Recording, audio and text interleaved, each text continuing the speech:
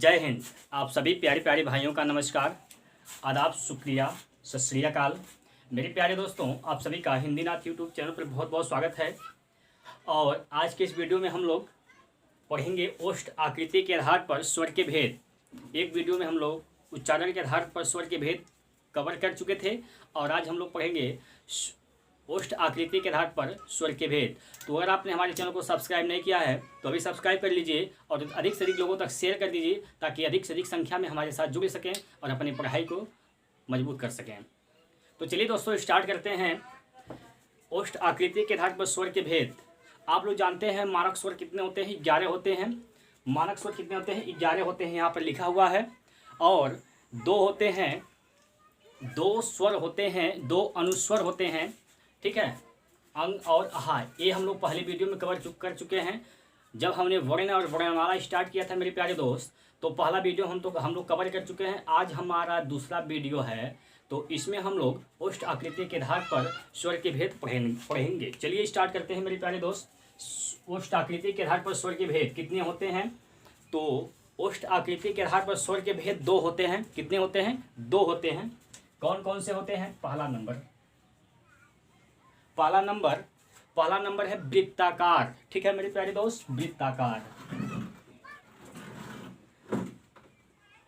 वृत्ताकार मतलब क्या हुआ? वृत्ताकार का मतलब क्या है दोस्तों? वृत्ताकार का मतलब यह है कि ऐसा कौन सा स्वर, यानी जो स्वर, जिस स्वर को हम बोलते समय हमारी ओठें गोल हो जाती हैं, यानी वृत्त के समान बन जाती हैं, सर्कल के समान बन जाती हैं, उन्हें हम कहते हैं वृत्ताकार स्वर। ठीक, जिस स्वर को बोलने पर हमारी ओठें वृत्त के समान हो जाती हैं, उस स्वर को हम लोग कहते हैं वृत्ताकार स्वर। ठीक है, अब ऐसे कितने होते हैं? 4। कितने होते हैं वृत्ताकार स्वर? कितने होते हैं? 4। वृत्ताकार स्वर कितने? 4। कौन कौन से होते हैं? एक होता है एक होता है ऊ, छोटा ऊ, बड़ा ऊ, और ओ। देखिए मैं यहाँ पर लिख दे रहा हूँ। वृत्ताकार स्वर कौन कौन? वृत्ताकार स्वर 4 होते हैं। वृत्ताकार स्वर कितने होते हैं? 4 होते हैं। एक होता है ऊ, छोटा ऊ, एक होता है बड़ा ऊ, और ओ होता है। इसके बाद चौथा नंबर जो होता है वह होता है औ। ये 4 होते हैं वृत्ताकार स्वर। ठीक है, इन्हीं चारों में से 4 हैं वृत्ताकार स्वर। कौन कौन से? देखिए, ऊ, ओ, औ। ठीक है, ये चार जो स्वर हैं वृत्ताकार स्वर हो गए। और दूसरा नंबर जो इसका प्रकार है, ओष्ठ आकृति के आधार पर स्वर के दो भेद होते हैं। एक हम लोग समझ गए कि वृत्ताकार का मतलब जिस स्वर को बोलने पर हमारी ओठें गोल हो जाती हैं, वृत्त के समान हो जाती हैं, उसे हम लोग कहते हैं वृत्ताकार स्वर। एक होता है अर्धवृत्ताकार स्वर। एक होता है क्या? एक होता है अवृत्ताकार स्वर। एक होता है अवृत्ताकार स्वर। ठीक है, अवृत्ताकार मतलब जिस स्वर को बोलने पर हमारी ओठें वृत्त के समान नहीं होती हैं, उन्हें हम कहते हैं अवृत्ताकार स्वर। अ का मतलब होता है ही नहीं। अ का मतलब क्या होता है? नहीं। यानी जिस स्वर को बोलने पर हमारी ओठें वृत्त के समान गोल नहीं होंगी, उन्हें हम कहेंगे अवृत्ताकार। अब ऐसे कौन कौन से हैं? ऐसे इन चारों को छोड़कर बाकी सभी जितने भी आपको दिखाई दे रहे हैं वो सभी के सभी अवृत्ताकार स्वर हैं। 4 को छोड़कर, ऊ, औ को छोड़कर बाकी जितने भी स्वर दिखाई दे रहे हैं वो सभी क्या हैं? अवृत्ताकार स्वर हैं। चलिए, अवृत्ताकार स्वर कितने हो जाएंगे? तो अवृत्ताकार स्वर हो जाएंगे, टोटल मानक स्वर कितने होते हैं? 11। 4 तो होंगे वृत्ताकार, तो बचा कितना? 7। तो 7 ऐसे स्वर हो गए जो होते हैं अवृत्ताकार। कौन कौन से? यहाँ पर नोट कर देना है। चलिए, एक तो हो गया आ, ई, ऊ लेना नहीं है, ऊ लेना नहीं है। उसके बाद री, फिर ए। ये हो गए 7। 1 2 3 4 5 6 7 हो गए अवृत्ताकार स्वर। ठीक है, ये चीज़ आपको समझ में आ गया होगा कि वृत्ताकार स्वर क्या होते हैं, अवृत्ताकार स्वर क्या होते हैं। ओष्ठ आकृति के आधार पर स्वर के कितने भेद, दो होते हैं, एक वृत्ताकार एक अवृत्ताकार। वृत्ताकार 4 होते हैं, उ ऊ औ, और उसके बाद जितने बचते हैं सब क्या होते हैं, अवृत्ताकार। तो अवृत्ताकार हो गए 7। ठीक, अब चलते हैं जिह्वा के आधार पर स्वर के भेद। जिह्वा के आधार पर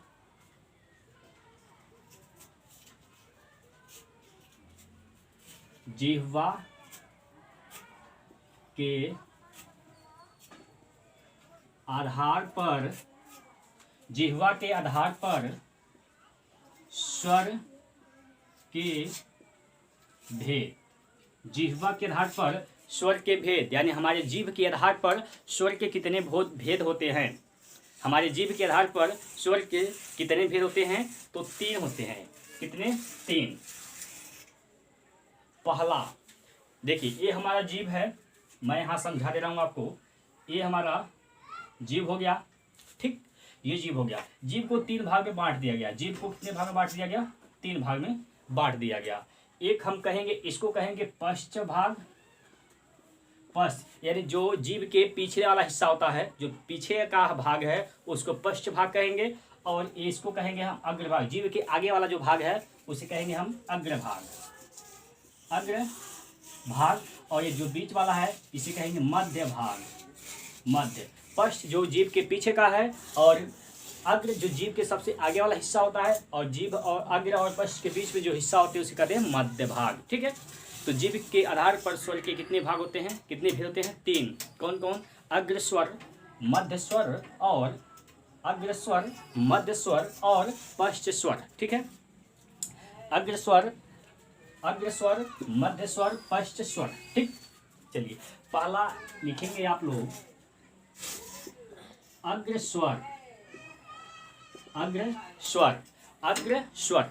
अग्र स्वर कौन कौन से हैं, कौन कौन से स्वर को बोलने में हमारे जीभ के आगे का हिस्सा काम करता है, ऐसे कौन कौन से हैं। देखिए, ई ई ई ई ई ई, उसके बाद ए ए और कोई है तो और है क्या, री, ऋषि वाला री। ठीक, अग्र स्वर। अग्र स्वर कौन कौन से होते हैं, ई ई ए और री, ये 5 होते हैं अग्र स्वर। ठीक है, मध्य स्वर नंबर 2 होता है मध्य स्वर। मध्य स्वर, जिस स्वर को बोलने में जो स्वर हमारे जीभ के मध्य भाग से निकलती हो उसे कहते हैं मध्य स्वर। मध्य स्वर कौन सा है, अ बोलते हैं। जब आप अ बोलते हैं, तो अ की ध्वनि जो होती है वह जीभ के मध्य भाग से निकलती है, इसलिए हम कहते हैं यह अग्र स्वर, मध्य स्वर है। ठीक है, मध्य स्वर कौन सा हो जाएगा, अ। इसके बाद तीसरा नंबर पश्च स्वर। पश्च स्वर, ठीक है, पश्च स्वर। स्वर कौन कौन से होते हैं, पश्च स्वर होता है अ तो होगा नहीं क्योंकि यह हो गया अब मध्य स्वर। इसके बाद क्या आता है, आ उ, ठीक है, आ उ औ, ठीक, ओ यानी 5 बनते हैं पश्च स्वर। कौन कौन से, आ उ औ। ठीक है, ये 5 हो गए पश्च स्वर। अ हो गया मध्य स्वर, और ई ए और री, ये हो गया अग्र स्वर। तो एक बार जल्दी आप लोग कमेंट करके बता दीजिए क्या आपको इतना चीज समझ में आया कि नहीं। चलिए इसको नोट कर लीजिए। चलिए अब चलते हैं हम लोग, अब आगे चलते हैं और मुख आकृति के आधार पर स्वर के भेद पढ़ेंगे। मुख आकृति के आधार पर स्वर के भेद पढ़ेंगे।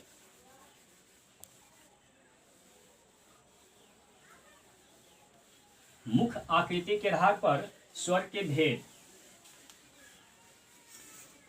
चलिए यहां नोट करेंगे आप लोग, मुख आकृति के आधार पर स्वर के भेद। मुख आकृति के आधार पर स्वर के भेद। मुख आकृति के आधार पर स्वर के कितने भेद होते हैं? तो 4 होते हैं। मुख आकृति के आधार पर स्वर के कितने भेद? 4 होते हैं। कौन कौन से? एक होता है समवृत स्वर, एक होता है समवृत स्वर, और एक होता है अर्ध समवृत स्वर, अर्ध समवृत स्वर। तीसरा नंबर होता है अर्धविवृत स्वर, अर्धविवृत, अर्धविवृत,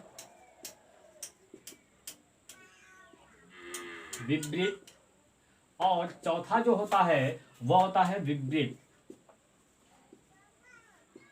ठीक है, तो मुख आकृति के आधार पर स्वर के कितने भेद होते हैं? 4। कौन कौन? एक होता है समवृत स्वर, एक अर्ध समवृत, और एक अर्ध विवृत, और एक होता है विवृत। आप जानते हैं कौन से समवृत होते हैं, कौन अर्ध समवृत होते हैं, सबके बारे में हम चर्चा करते हैं। चलिए, ई ई उ री, ई ई उ और री, ई ई उ री, ये होते हैं समवृत स्वर। क्या होते हैं? समवृत स्वर। और अर्ध समवृत में कौन कौन से होते हैं? अर्ध समवृत में होते हैं अ ए ओ, अ ए ओ, अ ए ओ, अ ए ओ, ये होते हैं अर्ध समवृत। ठीक, अब चलते हैं तीसरा नंबर, अर्धविवृत। अर्धविवृत में कौन कौन से होते हैं? अर्धविवृत में होते हैं ऐ, और होता है औ, ऐ औ, ये होते हैं अर्धविवृत। और विवृत कौन से होते हैं? आ। विवृत स्वर कौन सा होता है? आ। विवृत स्वर क्या होता है? आ। विवृत स्वर आ होती है। ठीक है, इतना चीज आपको समझ में आ गया होगा, ऐसा मैं आशा करता हूँ। ठीक है, तो आप लोग ये स्वर का आज का लास्ट, ये स्वर आज लास्ट हो जाएगा, यही खत्म हो जाएगा। इसके बाद हम लोग पढ़ेंगे व्यंजन। ठीक, इसके बाद हम लोग पढ़ेंगे व्यंजन। तो इतना चीज़ आपको समझ में आ गया होगा। अब चलते हैं हम लोग व्यंजन की तरफ। अब चलते हैं कहाँ? हम लोग व्यंजन की तरफ। ठीक, चलिए, व्यंजन। तो आप लोग हेडिंग डालेंगे व्यंजन, व्यंजन, व्यंजन। चलिए, व्यंजन। व्यंजन किसे कहते हैं? सबसे पहले हम इस पर बात करेंगे। व्यंजन किसे कहते हैं? व्यंजन किसे कहते हैं? वे वर्ण जिनका उच्चारण करने की सहायता, जिनका उच्चारण स्वर की सहायता से होती है। वे वर्ण जिनका उच्चारण, वे वर्ण जिनका उच्चारण स्वर की सहायता से होती है। वे वर्ण जिनका उच्चारण किसकी सहायता से होती है? स्वर की सहायता से होती है। ये स्वतंत्र इकाई नहीं है। लोग लिख लीजिए इसको भी। ये स्वतंत्र इकाई, ये स्वतंत्र इकाई नहीं है। ठीक, ये स्वतंत्र इकाई नहीं होती है। इसको बोलने में स्वर की आवश्यकता होती है। ठीक है, तो वे वर्ण जिनका उच्चारण करने में स्वर की सहायता लेनी पड़ती है, उसे हम क्या कहते हैं? व्यंजन कहते हैं। उसे हम क्या कहते हैं? व्यंजन कहते हैं। ठीक, व्यंजन के भेद कितने होते हैं? चलिए, व्यंजन के भेद, व्यंजन के भी भेद होते हैं।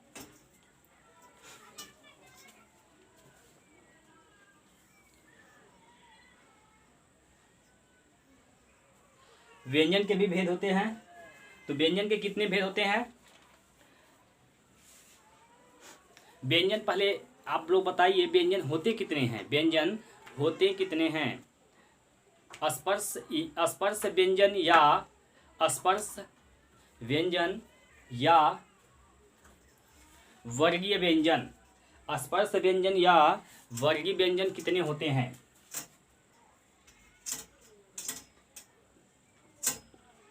स्पर्श व्यंजन या वर्गीय व्यंजन।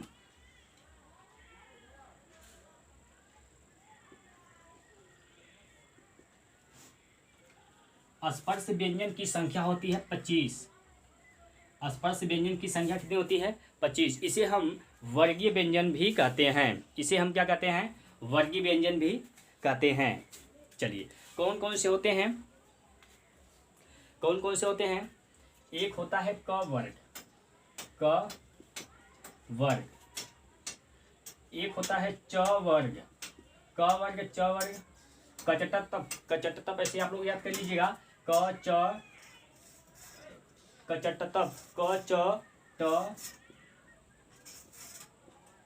त प।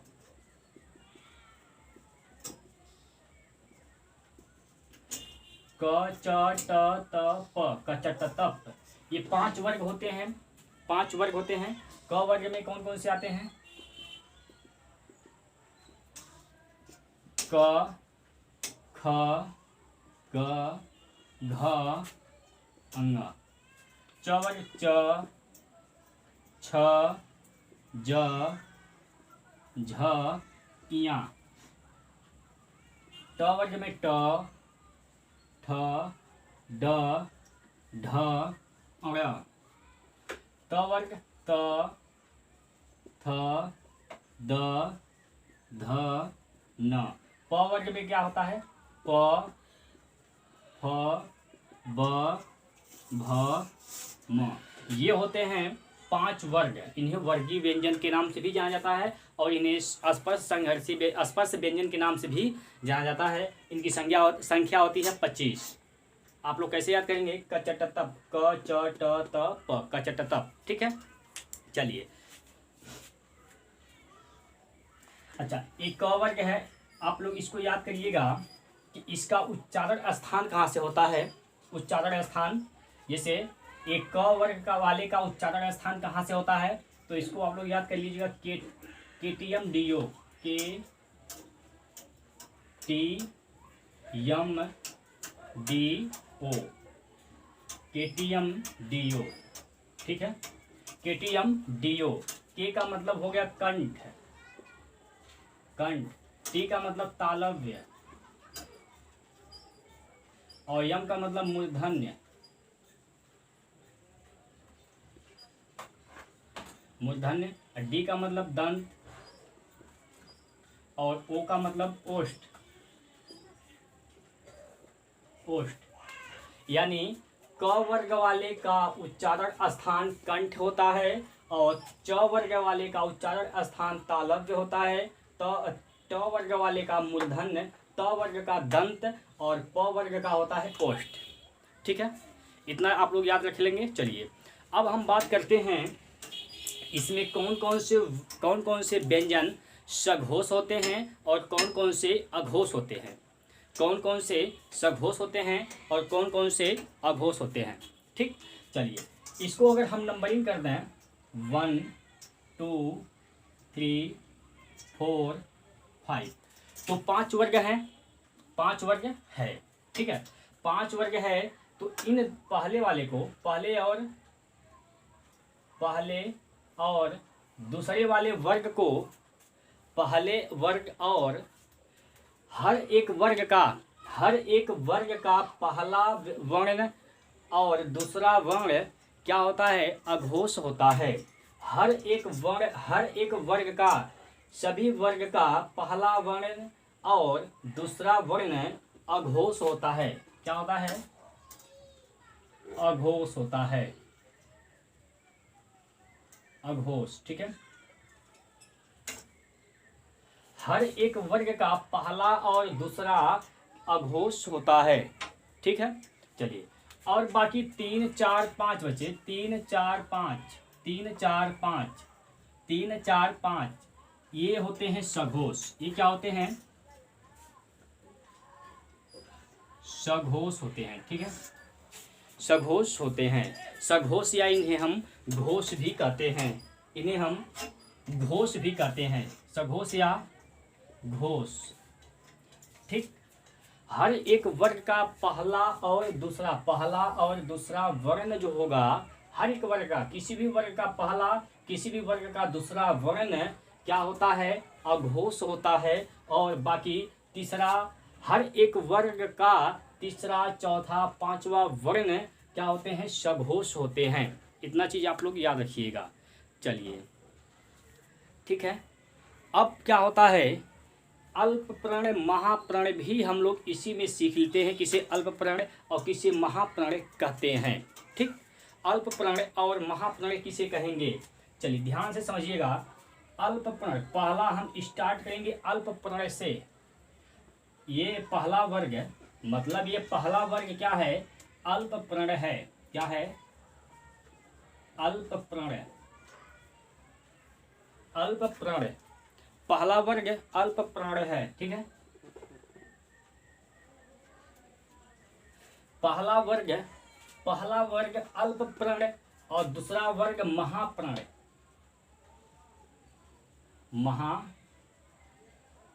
महाप्रण। फिर तीसरा वर्ग होता है अल्प प्रण, अल्प प्रण।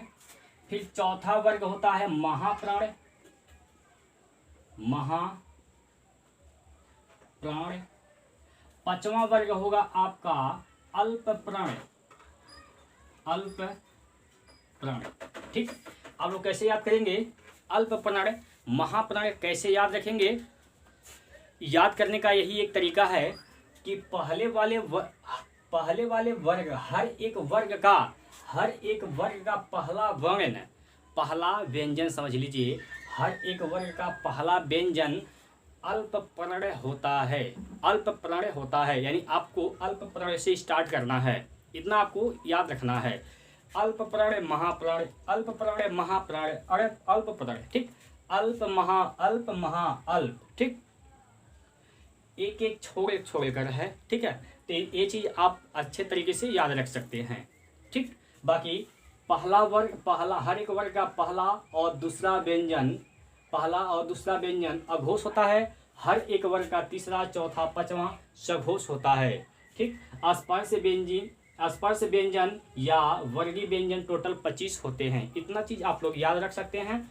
और क वर्ग का उच्चारण स्थान होता है कंठ, केटीएम डीओ। इसको आप लोग याद रखिएगा। के का मतलब कंठ, टी का मतलब तालव्य, एम का मतलब मूर्धन्य और डी का मतलब दंत, ओ का मतलब ओष्ठ। ठीक, चलिए